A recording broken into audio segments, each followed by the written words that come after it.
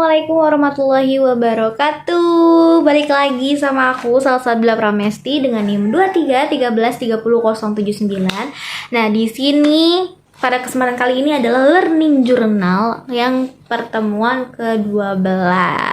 Nah, di pertemuan ke-12 ini mungkin hampir sama ya kayak pertemuan sebelumnya, tapi dilaksanakannya secara offline, yaitu diskusi kelompok juga yang didiskusikan oleh kelompok 2, yang dipresentasikan oleh kelompok 2. Nah, yang mana kelompok 2 ini kayak menjelaskan tentang strategi penyusunan TOR. Nah, dalam peliputan untuk berita dan artikel di media massanya. Dan kelompok 2 ini beranggotakan ada Helmi, ada Zidan, ada Faris, ada Rifa, ada Zahra, ada Ijah, dan juga ada Ihda. Lanjut, nah kalian sendiri itu tahu nggak sih apa itu TOR? Nah, TOR itu ya ini term of reference, yaitu dokumen perencanaan peliputan yang membantu wartawan bekerja secara sistematis dan akurat.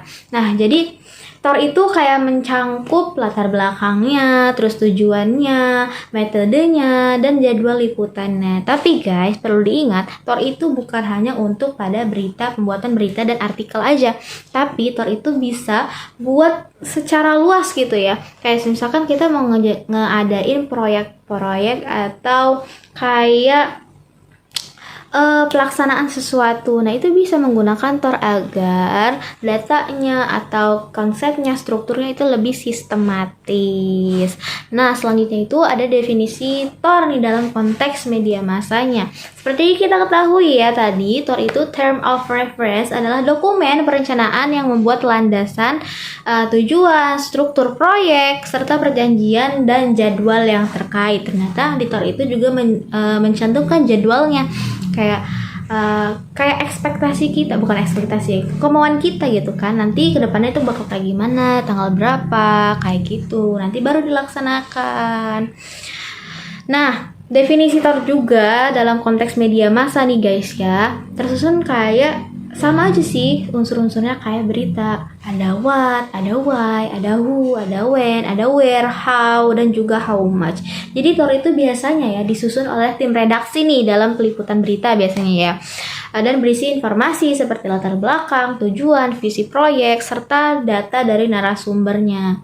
Jadi TOR itu juga kayak ngebantu loh seorang wartawan dalam liputan mendalam dengan menjadikan kontak narasumber dan juga panduan peliputannya.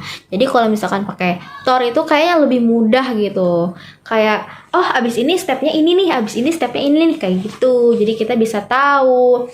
Terus juga manfaat TOR nih dalam meliputi berita artikel mungkin sama aja ya kayak tadi gitu kan, agar memastikan kualitas atau konsistensi dari konten yang dihasilkan. Mungkin itu aja sih ya, sama.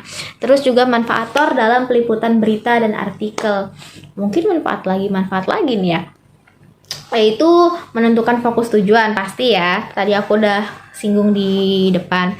Terus juga menghindari kesalahpahaman, terus meningkatkan efisiensi, alat evaluasi dan monitoring gitu.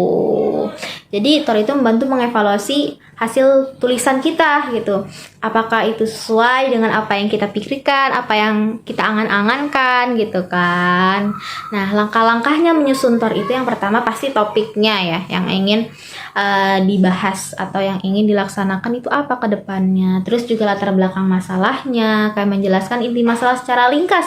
Terus angle-nya, sudut pandang kita mau kemana nih gitu, apakah kita kayak gini aja atau gimana gitu kan. Terus juga ada pembagian tulisannya, terus kayak mengatur alokasi sumber daya dan waktu, terutama jika liputan itu membutuhkan laporan yang sangat mendalam kayak gitu ya. Terus ada narasumbernya, itu dalam berita ya dan artikel, bukan kayak proyek-proyek besar gitu. Nah, terus langkah-langkah menyusun TOR itu nih. Tadi ada lanjutannya nih, ternyata ada daftar pertanyaannya, ditulis, terus data-data dan dokumennya, observasinya kayak gimana, itu ditulis juga ternyata ya. Karena TOR itu kayak ngejelasin strukturnya secara jelas gitu, arahnya mau kemana ke depannya, dan juga ada rancangan foto dan grafis agar si pembaca nih kayak tahu, kayak bisa memikirkan gitu. Oh, secara jelas ya. Oh, kayak gini ya ternyata. Oh, kayak gini ya ternyata, kayak gitu. Terus juga ada deadline-nya agar terdata gitu ya, istilahnya mah kayak gitu, biar nggak menyimpang-nyimpang. Nah, ada salah satu contoh nih yang diberikan oleh pemakalah, yaitu kisah movie si petani muda. Nah, ini di sini juga ada contohnya ya. Tuh, kayak ini bikin tabel gitu, kayak ditulis pertanyaannya apa aja gitu kan. Terus udah, jadi pertanyaannya, data-datanya itu ditulis semua, jadiin tabel biar rapi.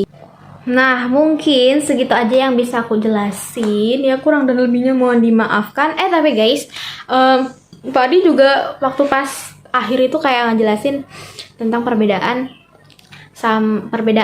antara TOR sama proposal. Jadi guys, perbedaan TOR sama proposal, iya benar, proposal itu kayak untuk sama aja kayak TOR cara penulisannya, tapi untuk kayak pengajuan dananya. Kalau proposal itu, kalau si ini beda, bukan pengajuan dana. Tapi guys, ternyata bedanya TOR sama proposal itu cuma satu, yaitu kalau misalkan proposal itu nggak ada uangnya, belum ada nih uangnya. Nah, kalau TOR itu udah ada uangnya gitu.